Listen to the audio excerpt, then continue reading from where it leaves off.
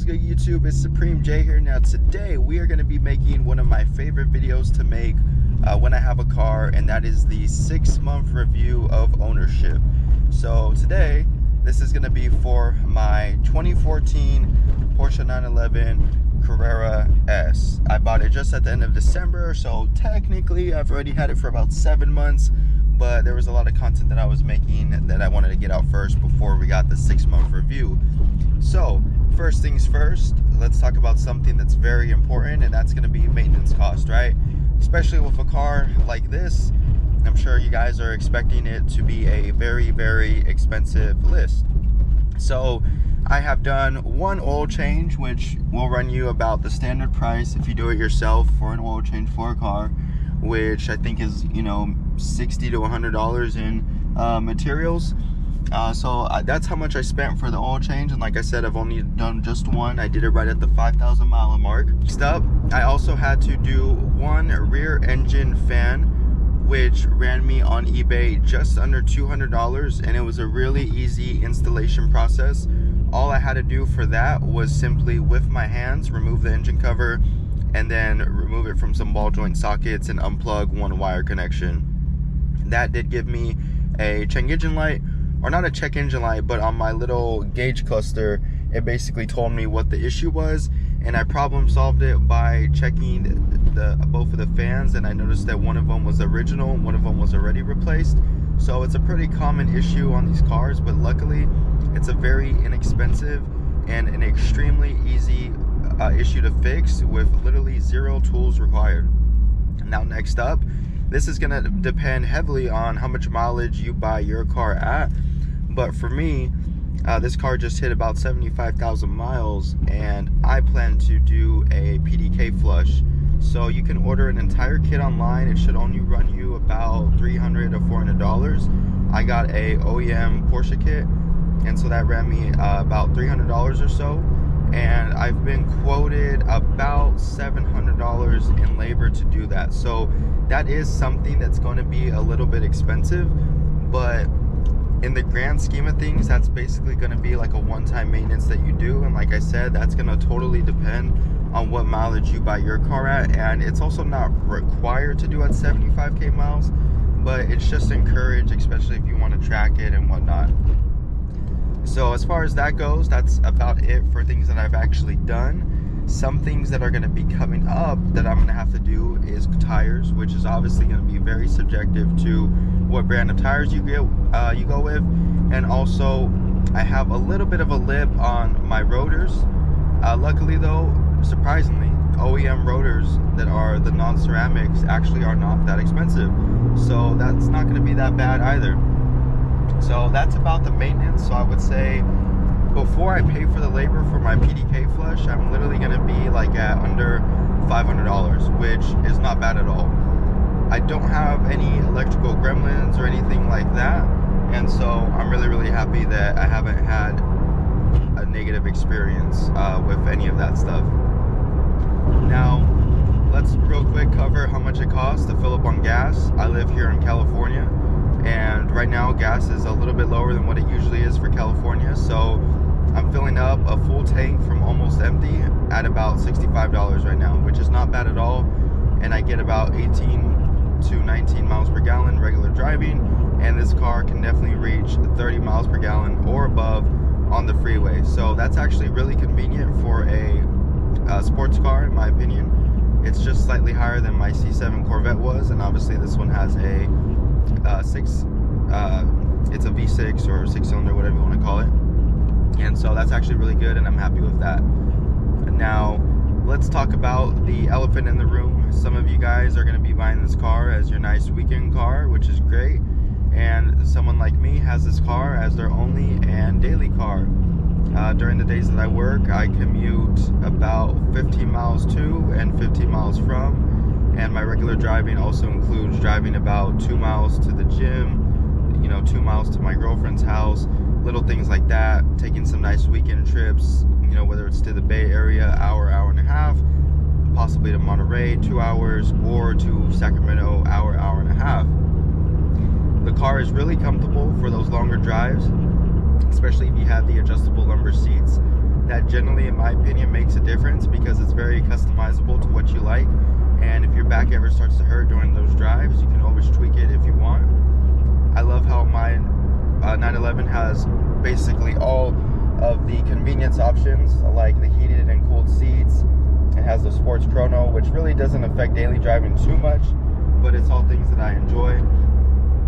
And so it is a very nice car to take, you know, longest trips on. I live about 5 hours away from LA, and I would gladly take this car to LA and not feel worried, not feel like I couldn't handle it, and things like that.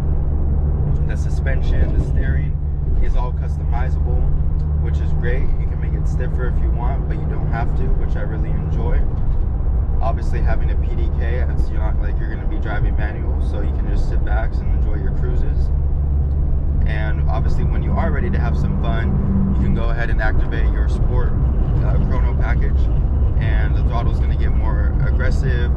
If you go into the Sport Plus, your suspension is going to get stiffer, and you'll be ready to really have some fun. So I enjoy all of that about the car.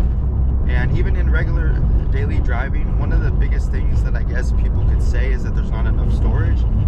You can fit a good amount of groceries in the front, honestly, if you wanted to. And if you're solo, this chair reclines basically all the way back, so you can definitely fit a lot of stuff. And I fit, you know, cases of waters, toilet paper, and a full list of groceries with relatively no issue. You just can't have a passenger.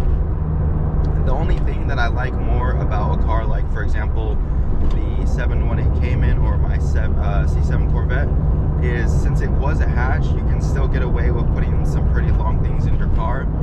This is one of those cars where that's just simply not an option unless you can somehow cram it with the seat all the way down, which is not that likely. So if you're going to be buying a TV or something, obviously you're not going to be able to take this. As far as carrying passengers go, it's usually just me and my girlfriend. All of my friends, for the most part, I mean, all of my friends have cars. Sometimes I do have to give, you know, 3 people a ride or 2 people. So usually I just have the shortest person sit in the back, which is never really an issue. For guys, they are crammed.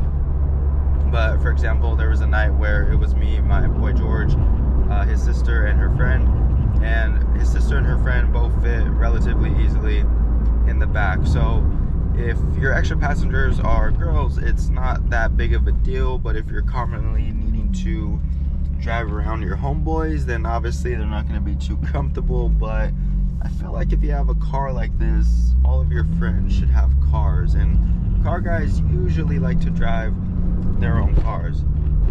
Now, other things that I find really, really enjoyable about this is the sound system. When I don't want to listen to the beautiful engine sound, the 3.8 liter sounds amazing, and I do have an exhaust on it now, but I'm waiting to show that off.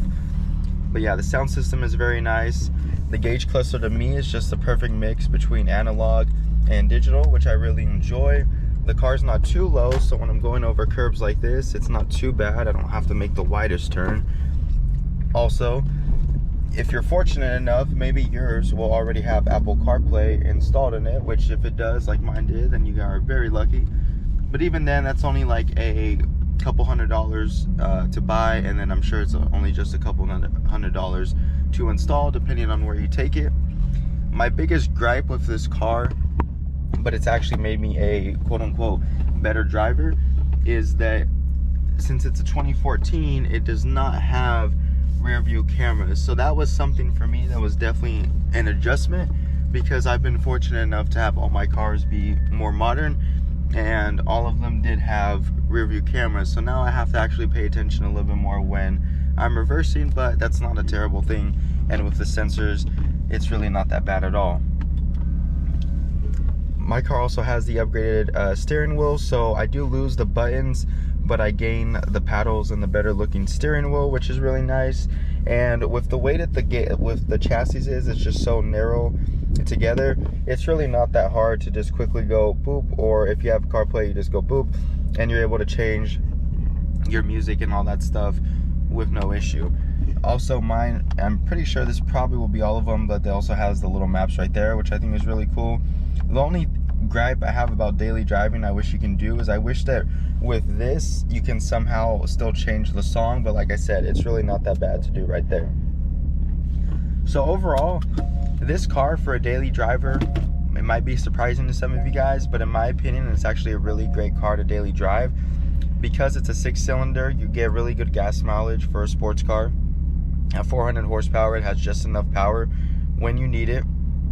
And when you're on the weekends and you can enjoy a windy road, there's nothing like enjoying some tight corners in a 911 because of the way that they handle so well.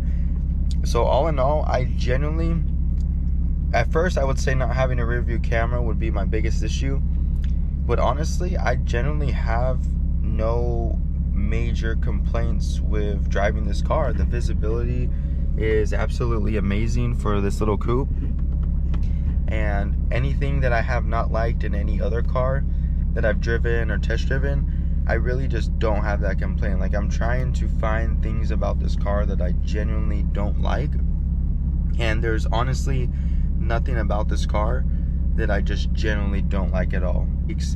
The interior is all premium quality. There's no cracking on my leather. There's really nothing that would make me be upset, or like when I look at it and I'm like, I don't really like that about this car. So all in all, if you can afford it, a Porsche 911, in my opinion, a 991.1 is one of the best sport / daily cars that you can drive, to be honest. So let me know what you guys think in the comments down below. And that being said, peace.